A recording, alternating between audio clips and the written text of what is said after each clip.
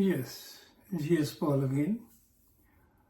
If you remember, in my previous lesson I said we'll start with the cell and cell division. Before we start with the cell and cell division, we shall take up two more lessons in human biology. The penultimate lesson is bony system, and the ultimate lesson will be the muscular system of human body. So before we start the cell, we are going to take up these two lessons. The lesson on human skeleton or the bony system of the human body. Now, to discuss the bony system or the skeleton of the human body, we divided the whole skeleton into three parts. The number one is axial skeleton, and number two is appendicular skeleton, and number three is the structures which join the appendicular skeleton with the axial skeleton. Now, the skeleton means the bony structure of the human body without all these soft organs. The question is, what are the main functions of skeleton? The main functions of skeleton are, number one, the shape. It is the skeleton which provides a particular shape to the human being. Not only to the human being, to all the animals on the earth. For example, the fish, the frog, the rat, and the elephant, and the human beings. From the skeleton, the bony structure alone, we can say that this is the skeleton of a human body or the skeleton of fish or that of a frog. Now, so this is the first function of the skeleton. It provides the shape to the animal. Number two is it supports the body.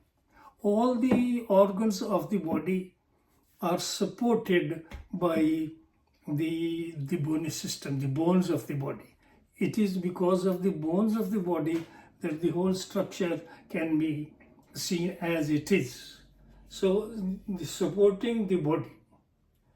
And the third function is that this skeleton or this bony system makes it possible that the animal can move from one place to another.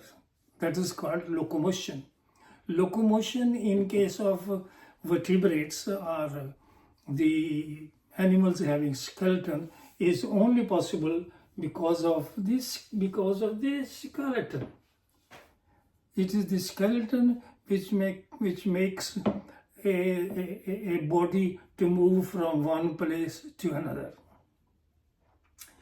The other function of the skeleton is that it protects, not only protects the internal organs like brain, the heart, the lungs, and the stomach, the kidney, and so on.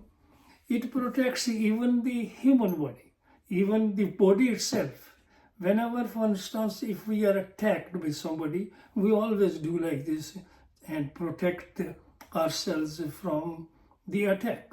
So the other function of the skeleton is it provides protection.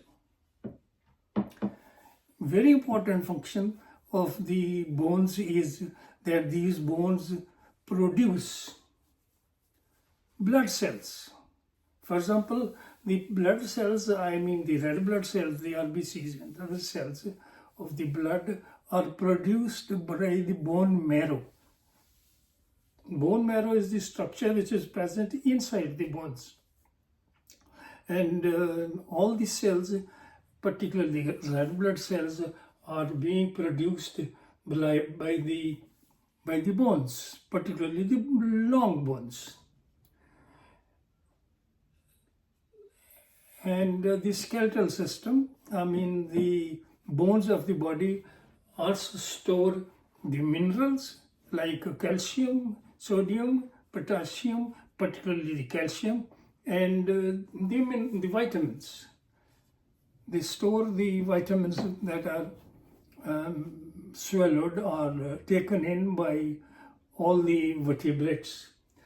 And very interesting function of the skeletal system is that it regulates the hormones in our body. These are hormones which are produced in the body from different parts, for example, the pituitary, the thyroid, and the adrenals are regulated by the bony system.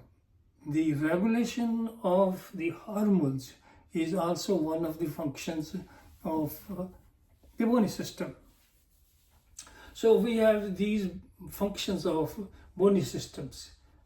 That is, shape, supports the body, provides locomotion, provides protection, produces blood cells, and stores minerals and vitamins, and regulate the hormones present in the body. Now, to understand the bones of the human body, actually the bones of the human body alone, that means if we look at the bones of the human body, then that structure will be called as a skeleton. So the skeleton of the human body can be studied under three headings, as I already said. That is axial skeleton and appendicular skeleton, and the skeleton which connects the appendicular skeleton to the axial skeleton. I mean the shoulder girdle and the pelvic girdle. Now, coming to the axial skeleton. Axial skeleton, as the name indicates, it lies along the main axis of the human body. Axial skeleton. The axial skeleton has that's another important thing. As the human body, the whole human body has 206 bones. Out of these 206 bones, 80 bones are present in the axial skeleton. The axial skeleton can be divided into two parts, the skull and the vertebral column. The skull can be split into two portions, the cranium and the face. The cranium is the upper portion of the skull, and the face is the bones present in the facial region. The cranium consists of 8 bones, and I have tried to draw the diagram of the cranium. The one bone is in the forehead bone, frontal. 2 bones are at the top of the brain, skull. They are called parietals, and 2 are near the ears. These are called temporals, and 1 is towards the posterior side. It is called the occipital. In the occipital, there is a hole, and this hole is called foramen magnum. The other 2 bones in the cranium are sphenoid and ethmoid, which are present towards the inner side of the cranium and cannot be seen as such from outside. So, in the cranium, there are 8 bones, 1 frontal, 2 parietals, 2 temporals, 1 occipital, 1 sphenoid, and 1 ethmoid. These are the 8 bones which constitute the top of the skull, I mean the cranium. Then the face has 14 bones. In the face of human body, there are 14 bones. What a strange thing, what a beautiful structure that nature has given to human body. The 14 bones of the face are the upper jawbone called the maxilla, the 2 nasal bones, the bones of the nose on the 2 sides, and 1 bone in between the 2 nasal bones called the vomer, and 1 on the top of the roof of the buccal cavity called the palatine, and then the bone present at the base, that's the lower jawbone. So these are the bones of the face: maxilla, nasal, vomer, palatine, and mandibles. Mandible is 1 bone anyway. Now these 14 bones and the 8 bones, 14 bones of the face and 8 bones of the cranium together constitute what is called as skull. Then comes the vertebral column. Vertebral column is it's a S-shaped, straightened S-shaped structure, vertebral column, and it connects the skull with the vertebrae, with the vertebral column. In the vertebral column, which appears like a straightened S, slightly bent, almost like S-shaped, straightened S. The vertebral column consists of 36 bones and 33 bones, and the 33 bones of the vertebral column are made up of small pieces of bone called the vertebrae. Hence the vertebral column. The vertebrae are divided into 5 types of vertebrae. Cervical are 7, they make the neck. Thoracic vertebrae are 12, they make the thorax of the human body. And lumbar vertebrae are 5, they form the waist portion of the body. And then sacral vertebrae are 4, present in the region of the pelvis, and 5 vertebrae are present at the end of the sacrum. They are also called tail vertebrae, and they are fused to form the tail-like structure.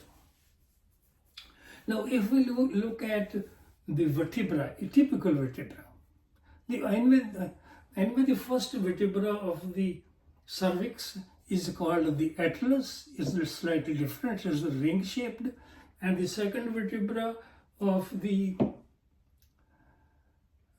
axial skeleton or the vertebral column is called the axis, which is also slightly different from the typical structure of a vertebra.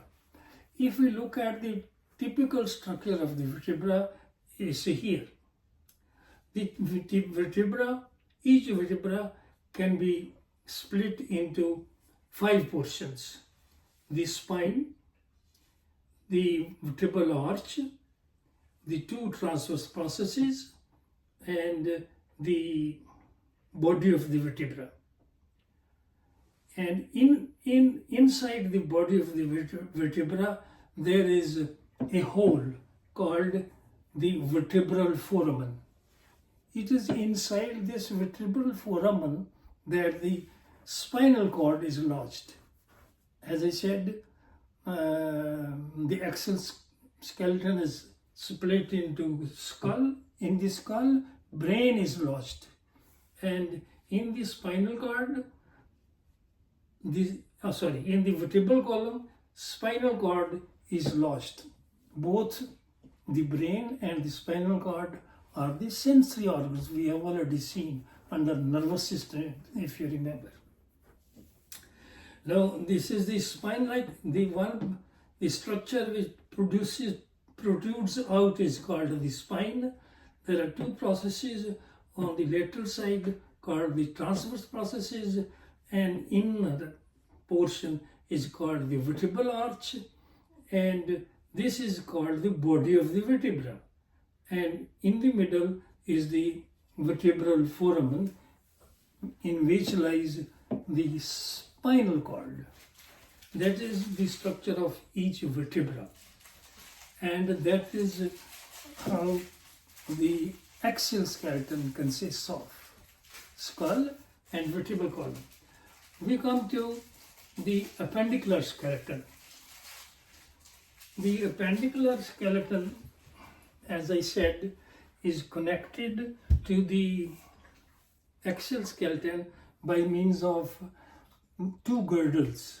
On the top, near the shoulders, is called shoulder girdle. The shoulder girdle consists of two bones, the shoulder bone, the scapula, and the clavicle here. The two bones, clavicle and scapula, constitute what is called the shoulder girdle. And similarly, the pelvic girdle consists of two structures, left pelvis and right pelvis. Each pelvis is made up of three bones: ilium, ischium, and pubis.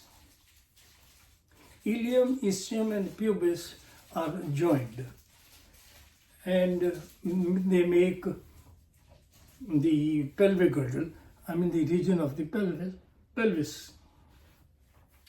Now then comes the appendicular skeleton. We shall see the appendicular skeleton separately because I have to draw the diagram of appendicular skeleton. Now that's all for this lesson. Thank you.